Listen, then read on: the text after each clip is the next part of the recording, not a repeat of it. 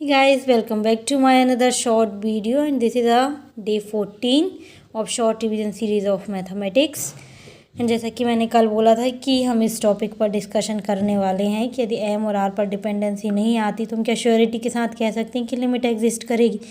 तो इस केस के बारे में हम पढ़ने वाले हैं। अब देखिए, यदि ये इस तरह का हमें एक एग्जाम्पल दिया है, यदि हम यहाँ पर x equal to r cos theta और y equal to r sine theta put करते हैं तो ये ज़ीरो पे जा रही है, फर्स्ट मेथड। सेकेंड, यदि y equal to m x करते हैं तो ये भी ज़ीरो पे जा रहा है। अब ये यदि दोनों ज़ीरो पे जा रहा है तो लिमिट एग्जिस्ट करती है, ये हम बिल्कुल श्योरिटी से नहीं कह सकते। इसको चेक करने के लिए हम y डेफिनेशन करेंगे। डेफिनेशन में l की वैल्यू ज़ीरो आ गई तो हमने ये रख दिया है l की value zero.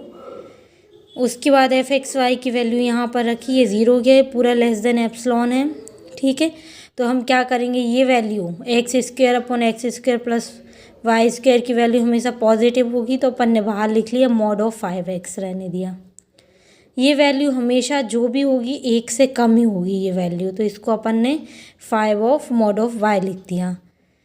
Mod of y जो होगा वो हमेशा छोटा होगा root of x square plus y square से, तो यहाँ हम ये लिख सकते हैं ये लेस देन होगा एप्सिलॉन के, ठीक है।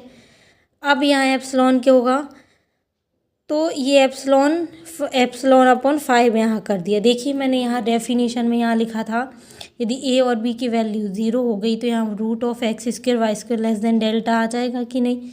यदि ऐसा हो जाता है तो ये फंक्शन कहाँ ज़ीरो की ओर इम्प्लाई कर जाएगा, तो ये वैल्यू लेस देन डेल्टा होगी। यदि ये ऐसा हमको मिलता है तो हम क्या बोलेंगे, जो एफ एक्स वाई है वो ज़ीरो की ओर टेंड कर रहा होगा।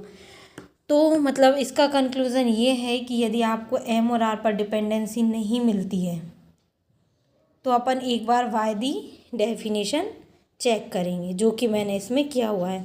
और एम एन पे डिपेंडेंसी मिलती है तो हम क्या बोलेंगे कि लिमिट एग्जिस्ट नहीं कर रही है। अब कल हम कंटिन्यूटी के बारे में पढ़ने वाले हैं, तो आप इसको देखिए, अच्छे से समझिए और नेक्स्ट वीडियो में मिलते हैं। Thanks for watching.